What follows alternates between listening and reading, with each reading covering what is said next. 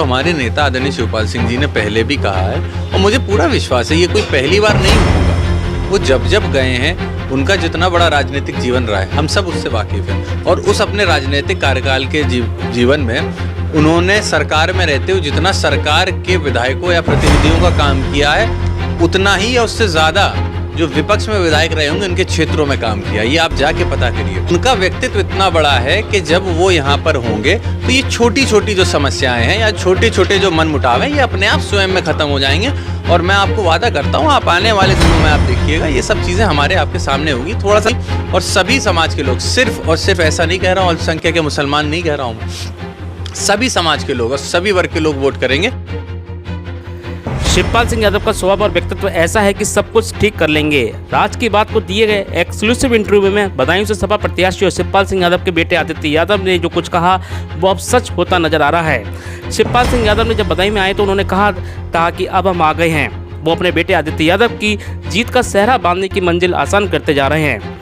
इसी कड़ी में हम आपको बता दें कि सलीम इकबाल शेरवानी जो कि बदायूं से 5 बार से सांसद वरिष्ठ नेता राज्यसभा में भेजे न जाने से नाराज थे, पर चाचा ने ऐसा जादू किया कि सलीम इकबाल शेरवानी अब उनके साथ हैं और कदम से कदम मिलाते हुए चलते हैं।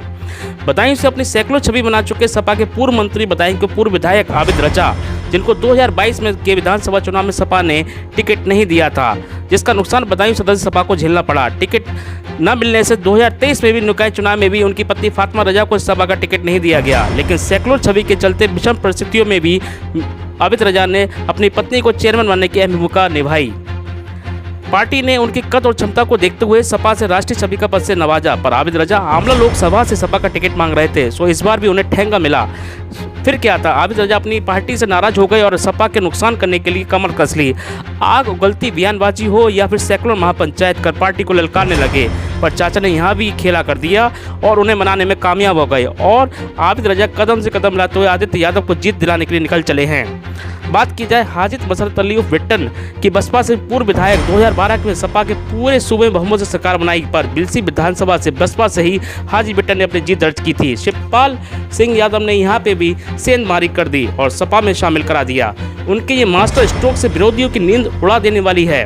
हाजी बिट्टन का सपा में आना बिलसी, बिसौली, सहसवान में काफ़ी फायदा देने वाला है। हाजी बिट्टन के छोटे भाई अरशद बिट्टन ने भी 2017 में सहसवान से बसपा के प्रत्याशी थे, वो भी अब सपा में शामिल हो गए हैं।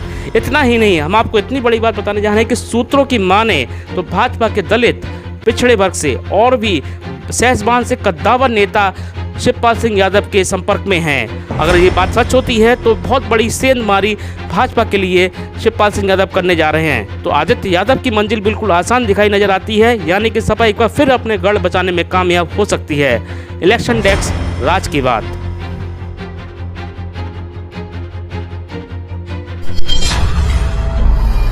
देखते रहिए राज की बात, राज कमल गुप्ता के साथ।